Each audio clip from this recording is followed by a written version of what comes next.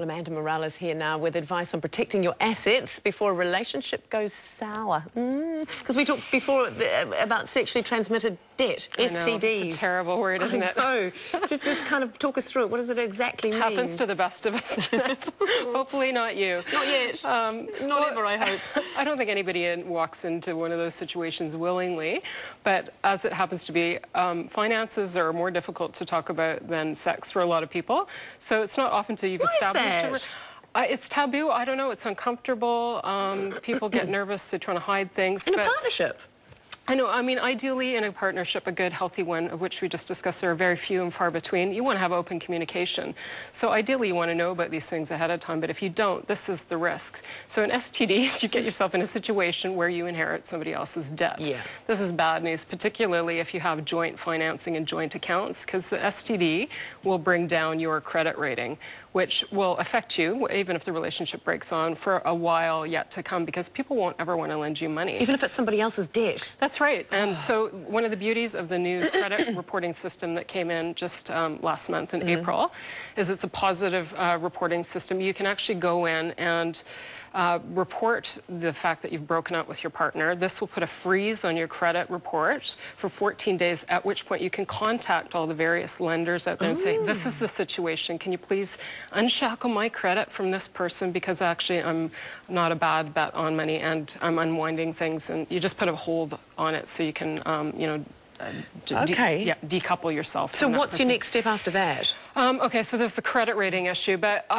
let's talk about prevention. Yeah, rather than the ambulance at the bottom of the cliff. Exactly, so good communication.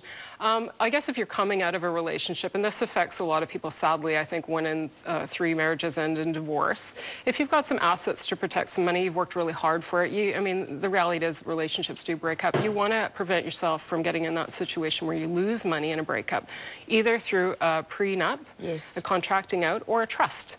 So you have to, you have to hit these things on the head beforehand. You can't actually go in once you've established a relationship and then say in hindsight, when you think things are getting on rocky ground, that you want to set up a trust, because that will put you in a situation where trust can be under attack. So you got to be forward thinking a little bit. If you do have a lot of money to, you know, at stake, think about protecting that, because once you get into that partnership after 3 years, what's yours is theirs if you break up. So it's having a bit of foresight, unfortunately. So in terms of assets and protecting them, is your trust the best way to go? Not necessarily. You know, it's really good to get some professional advice on that one. A lot of trusts are very popular in New Zealand, and a lot of people pour into them unnecessarily because their neighbour has one. So how does it actually work? The trust situation, well, it just protects you. Yeah, and there's some tax efficiencies and whatnot. But in terms of protecting your assets, yes, it will kind of ring fence what you have. Okay. But you don't necessarily have to do that. You can also establish a prenup or a contract. If you're getting together, you're going to go cohabitate and establish in advance that, look, you know, and this is through open communication. If in the event that we do break up, I want to protect this. I'm not hiding anything from you. Ideally, that partner should respect that, and hopefully it won't come to pass that you do have to, you know, start attacking each other's finances, but that's just reality. It is, unfortunately, You mentioned just before the prenup, and we're talking kind of candidly about that now in our GM chat today. But in terms of your prenup, what sorts of things should you go through? And I mean, that's a hard thing to do at the beginning of a relationship, isn't it? But yeah, you know what? My personal view is that you should lay out your cards on the table in advance. And again, if it's a healthy relationship, you shouldn't feel uncomfortable discussing those things. So maybe, you know, some things aren't that important to you, like, you know, your car or whatever. I drive, you know, a very average car. If somebody wants to take half of it, it's not going to do my head in.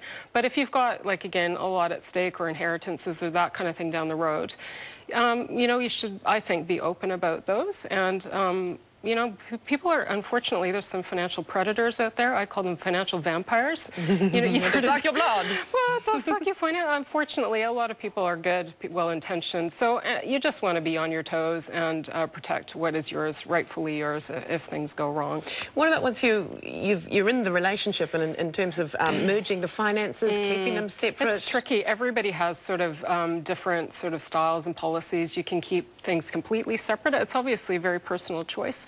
Or you can do a mix and match where you've got a joint account and then your own individual accounts, or you can merge everything together. Really it depends on the couple. I've been really impressed by some couples who, you know, have complete trust in each other and they manage things very efficiently. But in those cases, it seems to me that they have really common goals in mind, and that helps to make the whole system much more smooth functioning. I totally agree. And it's quite old school, I think, to merge as soon as you get married, one bank account, whereas these days it is just, it's more likely, I think, that people would have separate ones, is it? It depends on the relationship, I guess. Well, people aren't getting married as much anyhow. They're cohabitating, but the same rules apply in terms of the Relationship Property Act, so everything is still subject to be, you know, split down the middle.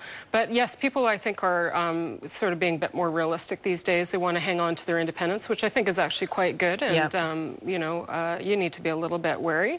But again, it comes down to, you know, just having that open communication, laying out some common goals, figuring out what's right for you, and just having that talk, you know, well ahead of time so you don't get burned. Which is not easy, but... It's certainly not easy, but it's the one talk you don't want to forget about. No, good advice. Thank you so much, Amanda.